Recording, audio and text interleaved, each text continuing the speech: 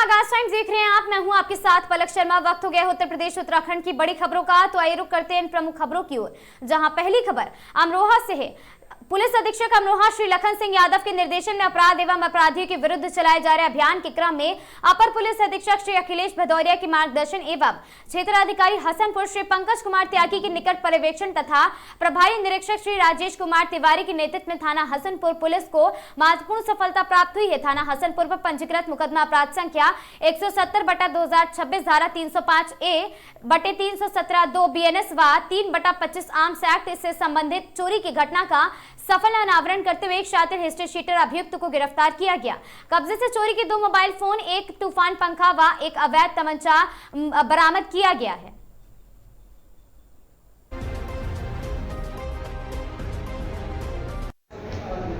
थाना हसनपुर घटना बारे में बताएं सर।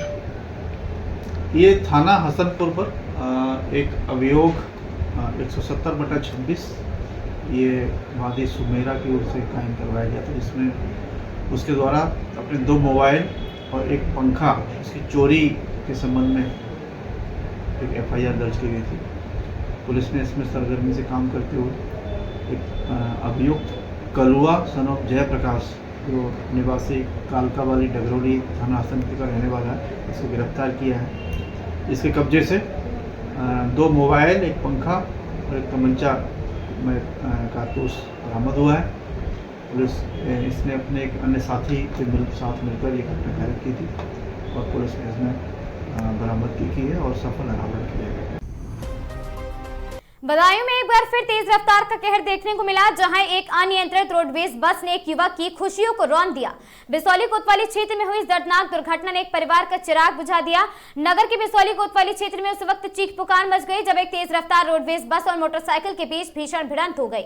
हादसे का शिकार विकास यादव, मृतक की पहचान विकास यादव के रूप में हुई, जो मोतीपुरा का निवासी था। जानकारी के अनुसार विकास अपनी मोटरसाइकिल से किसी कार्यवश जा रहा था, तभी काल बनकर आई रोडवेज बस ने उसे अपनी चपेट में ले लिया। मृतक की शव का पंचनामा भरकर उसे पोस्टमार्टम के लिए जिला मुख्यालय भेज दिया गया।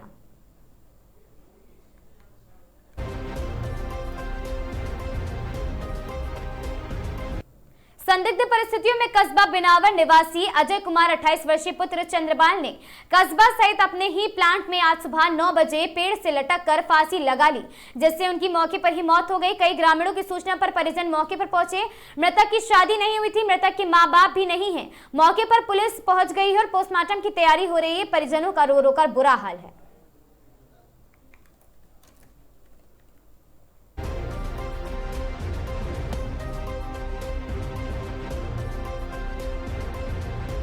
क्या नाम है आपका? मेरा नाम भगवान है। कहाँ के रहने वाले? बिनावर। अच्छा, जो खत्म हुए हैं इनका क्या नाम है? अजय कुमार। आपके कौन है? मेरा भाई है छोटा। क्या हुआ है? ये नशा करता था, ये नशे की हालत में फांसी खा ली। कहाँ पे? स्वास्थ्य केंद्र के पीछे बिनावर में जी। अच्छा, क्या करते थे? ये मजदूरी काम करता था, पल्लेदारी, कहीं कुछ कहीं कुछ। क्या नाम है आपका? मेरा नाम भगवान है। आचमन द्वारा बदायूं में शुद्ध साहित्यिक कवि सम्मेलन में वही काव्य के समस्त रसों का धारा में देश रात तक श्रोताओं ने आनंद लिया। और साथ ही आचमन फाउंडेशन द्वारा बदायूं क्लब में आयोजित इस काव्य समारोह में देश के दिग्गज कवि जुटे और साथ ही प्रख्यात कवि डॉक्टर शिवोम अंबर की इस वर्ष का वहां आमचन सम्मान किया गया। आमचन फाउंडेशन द्वारा कल बदायूं क्लब में 5वां कवि सम्मेलन का आयोजन किया गया, जिसमें देर रात तक श्रोताओं ने देश के प्रख्यात कवियों की विभिन्न रसों की कविताओं का भरपूर आनंद लिया है। कवि सम्मेलन का शुभारंभ आचमन और साथ ही सम्मान से सम्मानित किया गया। डॉक्टर शिव ओम अंबर और साथ ही नगर विधायक श्री महेंद्र चंद्र गुप्ता और दातागंज विधायक राजीव कुमार सिंह आदि लोग वहां पर उपस्थित रहे। इस अवसर पर वहां पर आचमन सम्मान विख्यात वरिष्ठ कवि फर्रुखाबाद से आए डॉक्टर शिव ओम अंबर जी को प्रदान किया गया है।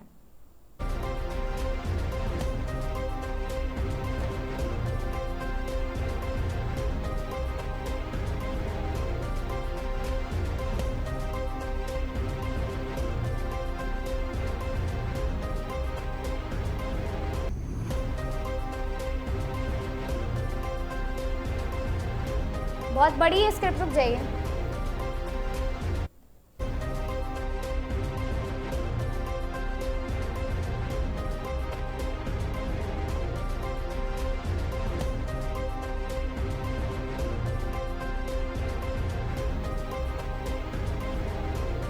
उत्तर प्रदेश के मिर्जापुर में गेहूं के खेत में महिला का शव मिलने से सनसनी फैल गई। शव को गेहूं की फसल से छिपाया गया था। आपको बता दें, मजदूरों ने शव को देखा तो पुलिस को सूचना दी गई है। घटना हरौरा थाना बरही गांव में बेचूबीर बाबा मंदिर में कुछ ही दूरी पर गेहूं के खेत में 32 वर्षीय रेखा कोल का शव मिला है।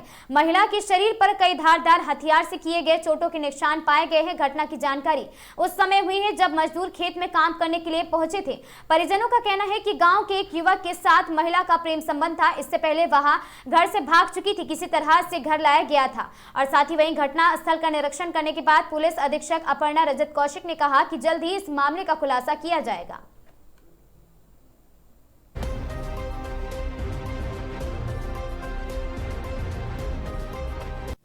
क्या हुआ, क्या घटना हुआ, क्या जानकारी है? जानकारी हमें 6 बजे मिलल है क्या कि खेत में मार गई है, तो वह भागल रोत अपन चल गई वहाँ। उसके बाद अभी सब कोई जान गए। अब रात में उन सुतल रहनी अपने घरे में, हम अपने घरे सुतल बाई, तो रात में हम का जानत बाई कि कहाँ जात बाइन कहाँ आवत बाइन। सर हमके नहीं पता बा। क्या लगती थी वो? मेरा पतो है। कब घर से कल निकली, सुबह कैसे आपको जानकारी हुआ? रात में हम जनबे न कैली, कम निकलल। हम सुबह 6 बजे जनली। दिन भर हम लवत बाई लवन करके अपन खा पी के सुतली। हम सवेरे मतलब 6 बजे पता चलल है। तो क्या पता चला? कि खेत में मार गई है। तो वह दौड़ल गईली जा घर के परिवार। किसी से झगड़ा फसाद, किसी से झगड़ा नहीं सर, वो दोस्ती में। अरे वो फसल रही है। अच्छा। हाँ, वो लड़का से, उसका नाम नगिंदर है। कहाँ का लड़का था? यही गाँव का लड़का है, कल्लू का लड़का है नजिंदर। हाँ, वही मारा हुआ है। वही मेन यह झगड़ा है, मतलब मरले बा। कितने दिन से बातचीत चल रही थी? अरे एक चक्कर तो भाग गई रहल, फिर पकड़ धर करके घरे ले आवल गल। ओकरे बाद लड़का हमार चल गल बाहर कमाए। अब बाहर कमात बा, अब हरियन लोग अपन दोनों मल मिलौले बान भाई। अब पता नहीं कैसे कैसे इन्हें रात के अगर घरे से न निकल रहती बतिया न भर रहत। घरे से निकलने अपन गई हर बाहर में, वही सोझे मार देले बान।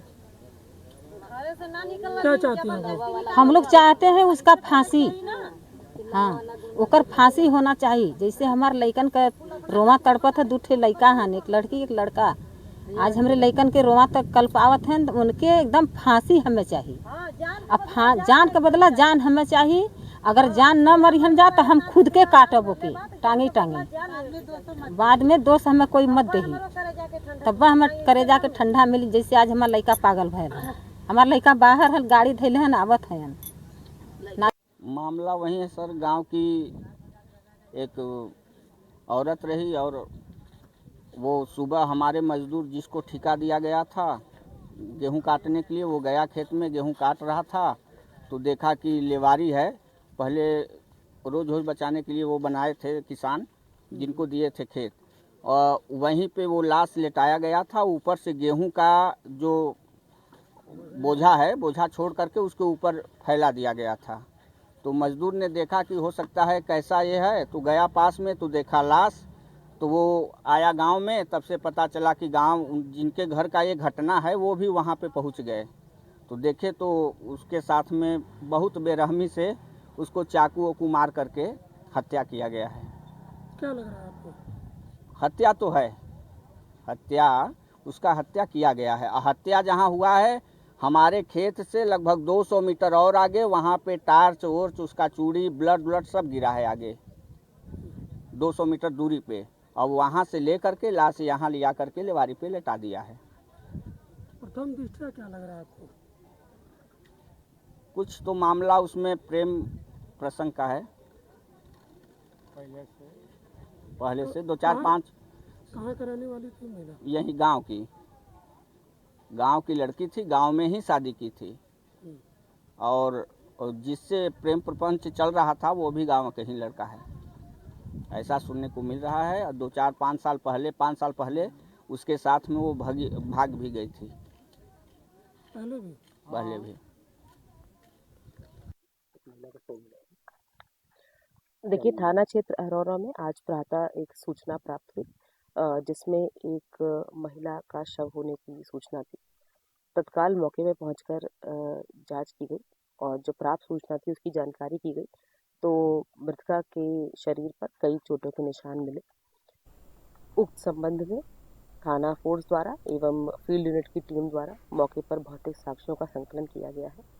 परिवार द्वारा गांव के ही एक व्यक्ति पर हत्या करने का आरोप लगाते हुए एक तहरीर दी गई। महोबा में पुलिस के व्यवहार पर एक बार फिर गंभीर सवाल खड़े हो गए। अजनर रोड पर पेड़ गिरने से लगे जाम की सूचना देना वहां कुशवाहा महासभा के जिलाध्यक्ष को भारी पड़ गया। महोबा जनपद में खाकी का एक ऐसा चेहरा सामने आया जिसने समाज सेवा करने वालों के हौसलों पर चोट की है। यहाँ कुशवाहा महासभा के जिलाध्यक्ष अनिल कुशवाहा ने अजनर थाना प्रभारी पर अभद्रता और बदसलूकी गंभीर आरोप लगाए हैं। पूरा मामला एक जनहित की समस्या से जुड़ा हुआ है। दरअसल शनिवार को आए तेज आंधी तूफान के कारण अजनर रोड पर एक भारी भरकम पेड़ सड़क के बीचों बीच गिरा पड़ा था और सड़क पूरी तरह जाम हो गई थी और राहगीरों को आने जाने में भारी मशक्कत करनी पड़ रही थी। ग्रामीणों ने इसकी सूचना जिलाध्यक्ष अनिल कुशवाहा को दी। एक जिम्मेदार नागरिक और जनप्रतिनिधि होने के नाते अनिल कुशवाहा ने अजनर थाना प्रभारी सुभाष चंद्र को फोन किया, लेकिन पीड़ित अनिल कुशवाहा का आरोप है कि जैसे ही उन्होंने फोन पर पेड़ गिरने की हो रही समस्या के बारे में बताया, थाना प्रभारी बेफर पड़े। उन्होंने समस्या सुनने के बजाय जिलाध्यक्ष के साथ बेहद अभद्र और अशोभनीय भाषा का इस्तेमाल किया। पीड़ित का कहना है कि उन्होंने न केवल राहगीरों की परेशानी बताई थी, लेकिन बदले में उन्हें मानसिक आघात और अपमान भी झेलना पड़ा है।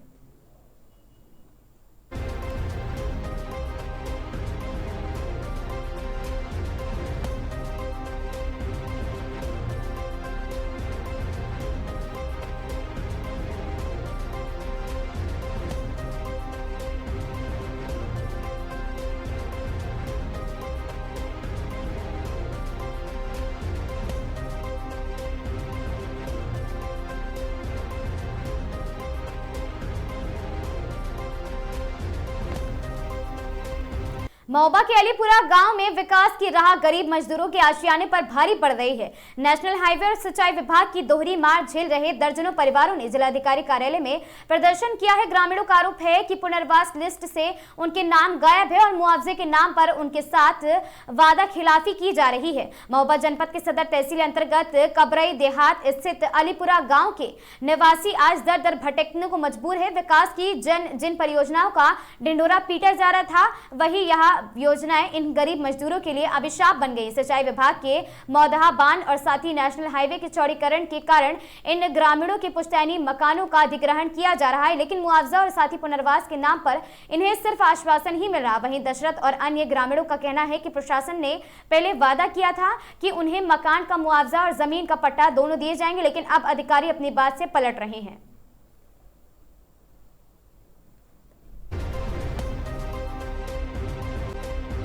हमारा मकान निकल रोड में निकल गया, एनएच वालों ने ले लिया। एनएच वालों ने आश्वासन दिया हमको, इनने बोले कि हम पट्टा देंगे और प्लस मकान का पैसा देंगे। तो ये प्रक्रिया चलती रही करीबन 3-4 महीने। 3-4 महीने के बाद SDM साहब बोले कि आपका पट्टा पास हो चुका। पास होने के बाद इन्होंने फिर कैम हम खारिज करवा दिए। फिर बोले खारिज हो गए। खारिज होने फिर ये सिंचाई विभाग वाले आए तो बांध वाला पटने लगा, सिंचाई वाला। तो बोले 30 तारीख को हमारे सोमवार के दिन, तब मैडम ने भी यही बात की थी। SDM ने साहब कहा कि आपको है जो यूनिट का पैसा दिख रहा जाइए, सेवा देंगे और रोड का पैसा देंगे एनएच वाले। आज वो कह रहे हैं कि आपको एक ही लाभ मिलेगा, आप ये एनएच वाला ले लें या बंदे वाला ले लें। आप लोगों की क्या मांग है? हमारी मांग ये है कि हमको यूनिट वाला पैसा मिलना चाहिए सिंचाई विभाग से, और एनएच वाला पैसा मकान से मिलना, मकान वाला एनएच वाला। लगभग कितने परिवार हैं आप लोग जो परेशान हैं? आती स्थिति या खराब है, हमारी 4-5 लोग हुई बहुत, जो ना तो हमारे पास कहीं रहने की जगह है और ना कोई ज़मीन जायदाद, कुछ नहीं, मजदूरी के लाभ। क्या चाहते हैं? हम यही चाहते कि हमने तो बता दिया कि हमें एनएच का पैसा चाहिए, हमें मकान का और प्लस सिंचाई विभाग चाहिए स्थापन का। ठीक। परेशानी ये है कि हमारे रोड में मकान जा रहे हैं तो एनएच वाले दिवालन का दे रहे हैं। बच्चों को यहाँ से मिलना था बंधा से, तो कह रहे हैं हम बंधा से नहीं देंगे। ठीक है, हम तुम्हें यहीं एनएच वाले का देंगे। एक जगह से लाभ मिलेगा, तुम्हें 2 जगह से लाभ नहीं। पहले क्या कह रहे थे हम? पहले वो क्या कह रहे थे? वो पहले कह रहे थे कि तुम जो मिल रहा है तो रोड का ले लो, और जो मिल रहा था बंधा का ले लो, वो खाली करो। हमने तो ठीक है। अब कह रहे हैं तो बंधा का नहीं मिलेगा। क्या चाहते हैं आप लोग? हम ये चाहते हैं कि हमारे बच्चों को मिलना चाहिए।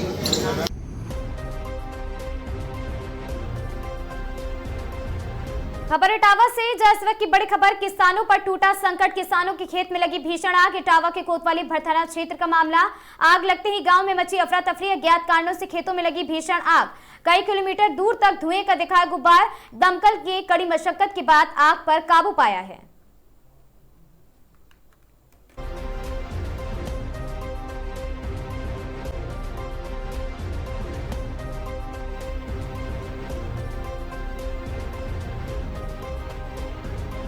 श्रावस्ती में जिलाधिकारी अश्विनी कुमार पांडे ने सोमवार को कलेक्ट्रेट में आयोजित जनता दर्शन में लोगों की समस्याएं सुनी। इस दौरान कुल 14 शिकायतें विभिन्न विभागों से संबंधित प्राप्त हुई हैं। डीएम ने सभी मामलों के शीघ्र निस्तारण के लिए संबंधित अधिकारियों को निर्देशित किया। उन्होंने कहा कि शिकायतों का समाधान गंभीरता से लिया जाए और फरियादियों को फोन के माध्यम से जानकारी भी दी जाए।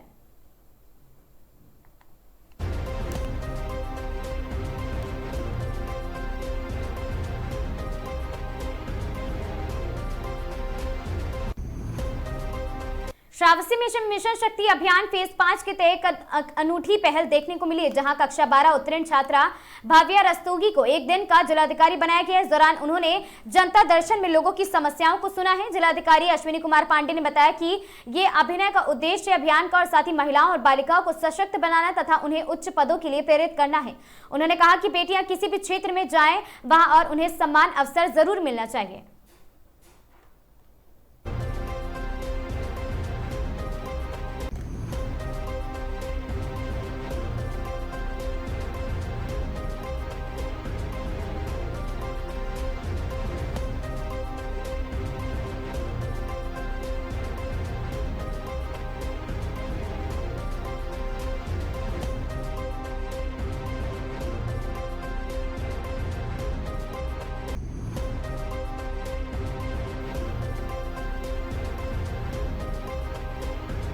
भारतीय जनता पार्टी जिला महोबा कार्यालय में स्थापना दिवस बड़े ही उत्साह और गरिमा के साथ मनाया गया। इस दौरान वक्ताओं ने कहा कि पार्टी का स्थापना दिवस केवल उत्सव नहीं है, बल्कि सेवा, समर्पण और राष्ट्र निर्माण के संकल्प का प्रतीक है। कार्यकर्ताओं से संगठन को और मजबूती मिलती है। और साथ ही कार्यक्रम के दौरान जिलाध्यक्ष मोहन लाल कुशवाहा ने मंच पर उपस्थित वरिष्ठ नेताओं और साथ ही वहां लोकतंत्र सेनानियों को अंगवस्त्र, माल्यार्पण और स्मृति चिन्ह देकर सम्मानित किया है। स्थापना दिवस के अवसर पर कार्यकर्ताओं ने संकल्प लिया है कि आगे बढ़ते हुए संगठन को और अधिक सशक्त बनाना है तथा राष्ट्र सेवा कार्य में सक्रिय योगदान किया जा सके।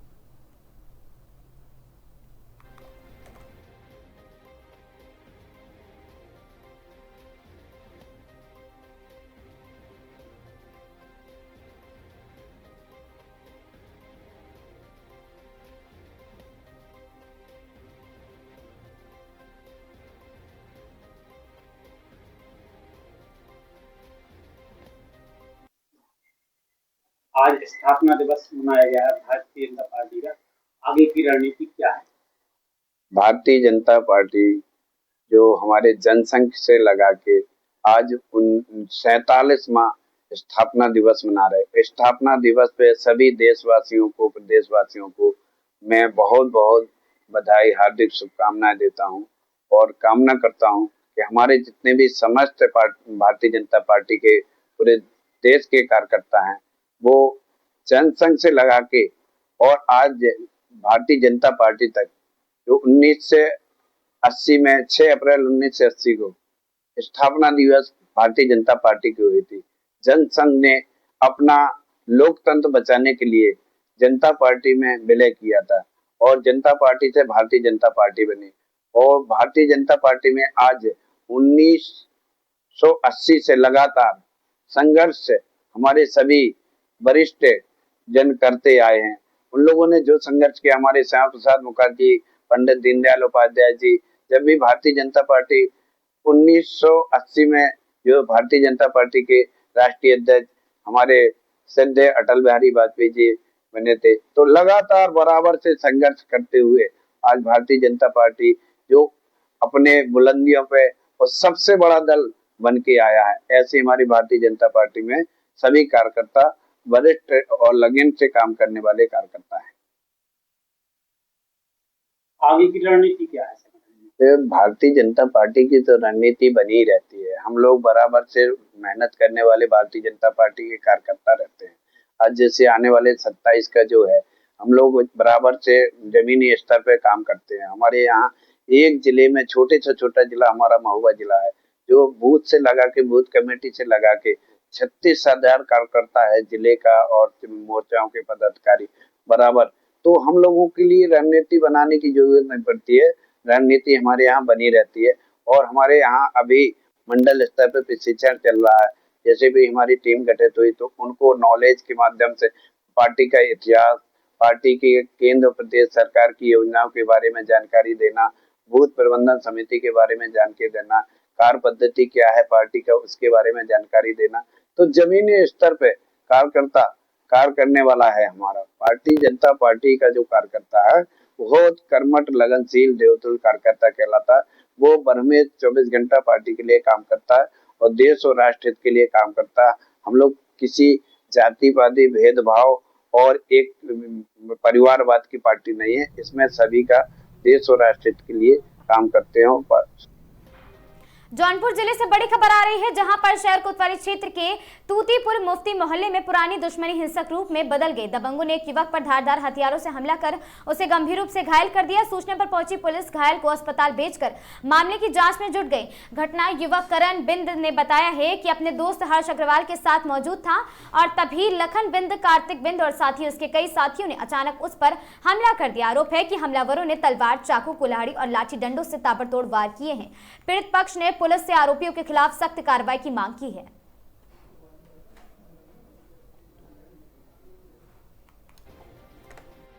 है आपका अरुण अग्रवाल, मोहल्ला तारसल्ला। जो घायल लड़का हुआ है वो आपका क्या लगता है? मेरा लड़का है। उसका नाम क्या है? हर्ष अग्रवाल। क्या मामला, कैसे ये हुआ है घटना? मामला हमको नहीं कुछ मालूम है, ये अब पता लगेगा बाद में, तब जैसा होगा बताएंगे। ये घटना कहाँ हुआ है?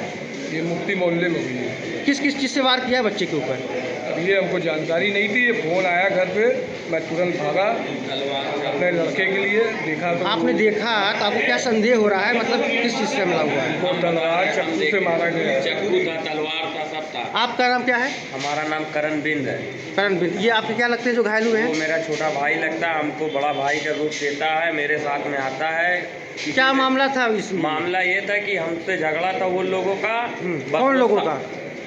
कार्तिक, हाँ, गोपालू, हाँ, दरोगा, हाँ, और उसके बाद और क्या नाम, लखन। कहाँ के हैं वो लोग? तूतीपुर के। ठीक है, फिर किस किस चीज़ से हमला किया है? चाकू था, तलवार था, कुल्हाड़ी थी। कितने की संख्या में थे वो लोग? 30 से 35 की संख्या में। ये घटना कहाँ हुई है? तूतीपुर मुफ्ती मोहल्ला। प्रशासन से क्या चाहते हो? इंसाफ चाहते हैं। वो फालतू में वो बस मेरे साथ में रहता था, बस यही उसकी गलती है। झगड़ा तुम्हारा था? झगड़ा हमारा। किस मामला में झगड़ा तुम्हारा हुआ था? झगड़ा यही था कि वो लोग हमको मारना चाह रहे थे, बस यही बात है।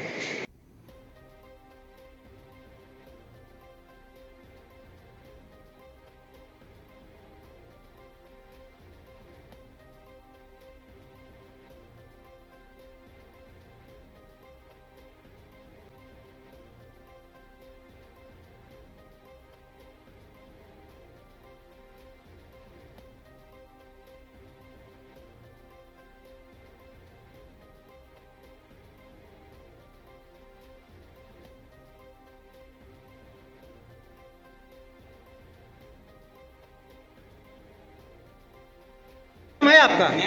अरुण अग्रवाल, मोहल्ला तारसल्ला। जो घायल लड़का हुआ है वो आपका क्या लगता है? मेरा लड़का है। उसका नाम क्या है? हर्ष अग्रवाल। क्या मामला, कैसे ये हुआ है घटना? मामला हमको नहीं कुछ मालूम है, ये अब पता लगेगा बाद में, तब जैसा होगा बताएंगे। ये घटना कहाँ हुआ है? ये मुफ्ती मोहल्ले में हुई है। किस किस चीज़ से वार किया है बच्चे के ऊपर? अब ये हमको जानकारी नहीं थी, ये फोन आया घर पे, मैं तुरंत भागा अपने लड़के के लिए। देखा तो आपने देखा तो आपको क्या संदेह हो रहा है, मतलब किस चीज़ से हमला हुआ है? वो तलवार, चाकू से मारा गया।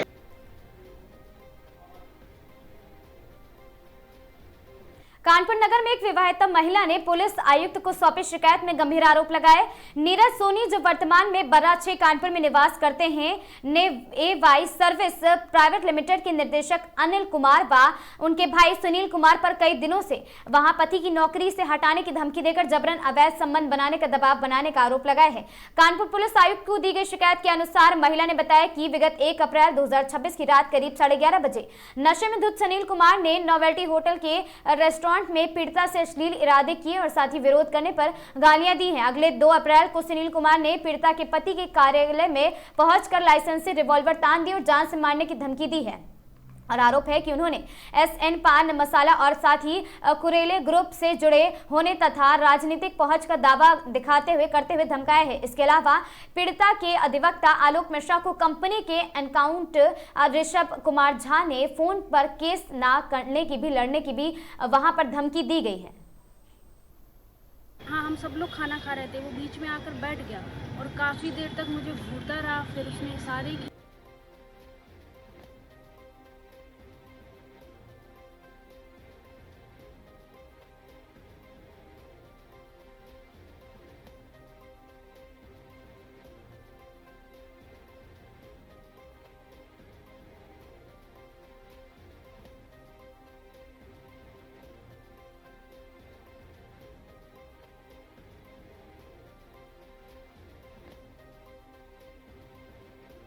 मेरा नाम नीरज सोनी है। क्या है पूरा मामला? आज आप कहाँ आए? मैं कमिश्नर ऑफिस में आई हूँ अपनी एप्लीकेशन लेके, और मेरे पति जहाँ काम करते हैं होटल नोवेल्टी एसएनके ग्रुप, और में जो पार्टनर हैं अनिल कुमार, उनका जो छोटा भाई है, उसने मेरे साथ वहाँ होटल नोवेल्टी में हमने बच्चे की जो पार्टी रखी थी उसमें आकर उसने मुझसे बहुत बदतमीजी की है और हमें जान से मारने की धमकी दी है। इसलिए हम आज यहाँ पर अपनी एप्लीकेशन लगाने आए हैं। आपके पति कहाँ पे काम करते हैं? किनका होटल है? होटल उनका जो एवाई सर्विसेज लिमिटेड के जो डायरेक्टर अनिल कुमार हैं उनका है। उनके छोटे भाई सुनील कुमार हैं जिन्होंने मेरे साथ छेड़छाड़ की है, जो मुझे परेशान कर रहा है। मेरे पति को जान से मारने की धमकी दी गई है। कई बाउंसर्स इनके लिए लगा रखे हैं, जिससे अब ये होटल अब ये होटल जा ही नहीं सकते। वहाँ से अब ये छोड़ ही चुके हैं, ये नहीं जा सकते क्योंकि इनको मारने की धमकी। भाई हमें न्याय दिलाया जाए, हमारी जान की सुरक्षा की जाए। मेरे पति को सुरक्षित करने के लिए भाई मुझे सुरक्षा, हम दोनों को सुरक्षा दी जाए। नीरज सोनी। हम पुलिस प्रशासन में यहाँ आए थे कमिश्नर जी से मिलने के लिए। हम एप्लीकेशन देने आए थे अपनी, क्योंकि हमारे जो होटल नोवेल्टी में हमने जहाँ हम अपने बच्चे का जन्मदिन मनाने गए थे वहाँ मेरे साथ छेड़छाड़ हुई। जो मेरे पति के जो वहाँ पर जो ओनर है अनिल कुमार, उनके छोटे भाई ने मेरे साथ बदतमीजी की है। और इसके लिए भाई मैं सबसे यही रिक्वेस्ट करती हूँ कि हमें न्याय दिलाएं और मेरे पति का जो कुछ भी वहाँ से, अब हम वहाँ नौकरी नहीं कर सकते हैं। क्या किया है आपके पति के साथ और क्या धमकी दी है? जान से मारने की धमकी दी गई है हम लोगों को। अब हमारी सुरक्षा करें और हमें भाई सुरक्षित रखने के लिए हम जो हो सकता है आप लोग प्लीज हमारी मदद करिए। उन्होंने बोला है कि आप पहले उसी थाने में जाइए जहाँ का केस है। अब हम वहाँ नहीं जा सकते क्योंकि वो होटल के सामने ही है, उनके बाउंसर घूम रहे हैं। वो कल को अगर इनको कुछ कर देते हैं तो मैं क्या करूँगी? मैं कहाँ जाऊँगी फिर? आप लोग ये भी तो समझिए कि मुझसे नहीं, मैं इनको नहीं आगे भेज सकती अब, क्योंकि इनकी जान को बहुत खतरा है। वो कभी भी इनको कहीं भी पकड़ सकते हैं, कहीं भी कुछ भी कर सकते हैं। सर मेरा नाम धर्मेंद्र सोनी है और मैं कानपुर में रहता हूं, बर्रा में। मैं पिछले 9 साल से अनिल कुमार, जो कि एसएनके पान मसाला में पार्टनर और उसके ठेकेदार हैं, मैं उनके यहाँ 9 साल से काम करता हूं। उनका होटल बिजनेस है, उनके 4-5 होटल मैं संभालता हूं। सर मैं हमारी एक फंक्शन था होटल नोवेल्टी में, जिसको हम और हमारे सभी लोग मना रहे थे। इनका छोटा भाई आया रात को 11:30 बजे दारू पी के, और हमारे जितनी भी लेडीज़ थी उनकी तरफ बुरी तरह घूरने लगा और बाद में गंदी गंदी गालियां दे के गया। और मेरी पत्नी को ये लोग टारगेट करते हैं। हाँ, उसका दूसरे दिन मुझे बुलाया, इन लोगों ने ऑफिस बुलाया और मुझे लाइसेंसी रिवॉल्वर से सर धमकाया है। और मैं सर पिछले 9 साल से इन लोगों के यहाँ काम कर रहा हूँ और इन लोगों ने मुझे मारने की धमकी दी है सर। और रिवॉल्वर से लेके पिस्टल सब कुछ इनके पास है। इनके पास महंगी महंगी गाड़ियां हैं, पोर्शे, मर्सिडीज, सब महंगी गाड़ियां हैं। ये लोग बहुत पैसे वाले। लेकिन इनके पिता अनोखीलाल कश्यप भी यहाँ ब्लॉक प्रमुख हैं हरदोई जिले से। और सर ये लोग हमें मार देंगे सर, हम लोग जान का खतरा है सर। और इन लोगों ने बोला है सर, आज हम लोग आए थे अपने पुलिस कमिश्नर को अपनी एप्लीकेशन देने के लिए।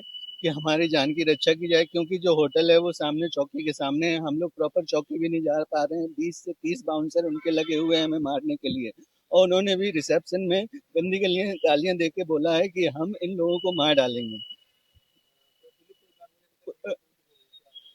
सर अब पुलिस उन लोगों के पूरे पक्ष में है, क्योंकि वो पैसे वाले लोग हैं। इसके पहले भी सर उनके ऊपर मर्डर के केस लगे हैं, वो गोविंद नगर थाने में उन पर दर्ज था, और बाद में कंप्रोमाइज करके उन लोगों का निपटा लिए। ये लोग किसी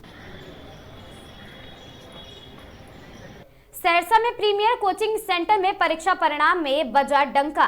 छात्रों को पुरस्कृत करने पहुंचे विधायक। मैट्रिक परीक्षा परिणाम में सफल परीक्षार्थियों के बीच आज सम्मान समारोह का आयोजन सहरसा के प्रीमियर कोचिंग सेंटर में किया गया।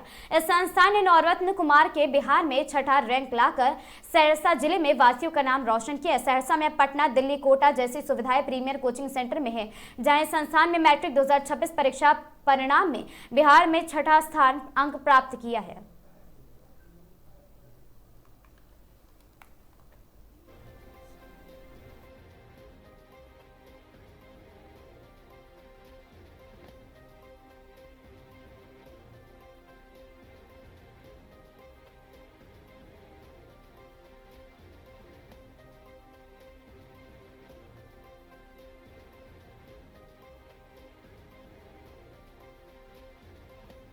में 6ठा स्थान लाए हैं, क्या कुछ कहेंगे? आज सम्मान समारोह का आयोजन किया गया है। बहुत अच्छा लग रहा है। यहाँ पर आपको बता दूं उनको तो हम शब्दों में बयान नहीं कर सकते हैं। सब काफी ज्यादा मोटिवेट करते रहे और सामने था तो तैयारी।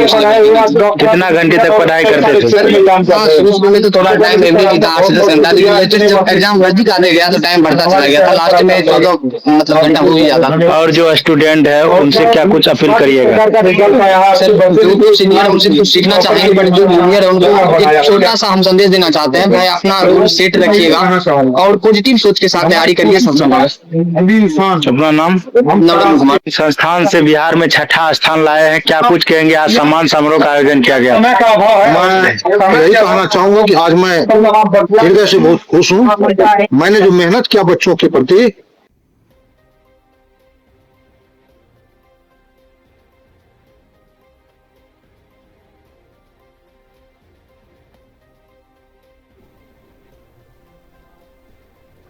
भागलपुर सुल्तानगंज के मुख्य चौक बाजार में दिन ब दिन बीच सड़क पर गड्ढे में और साथ ही जावाहो और साथ ही वाहन से लेकर आम लोगों को परेशानी बढ़ती जा रही है। कभी 2 चक्का वाहन फंस जाते हैं, कभी आम राहगीरों को खतरा होने का आशंका है। दूसरी बात, सुल्तानगंज चौक बाजार से कुछ ही दूरी पर सुल्तानगंज नगर परिषद चेयरमैन का आवास है। वहीं सुल्तानगंज विधानसभा के जदयू विधायक ललित नारायण मंडल का भी आवास वहीं पर है।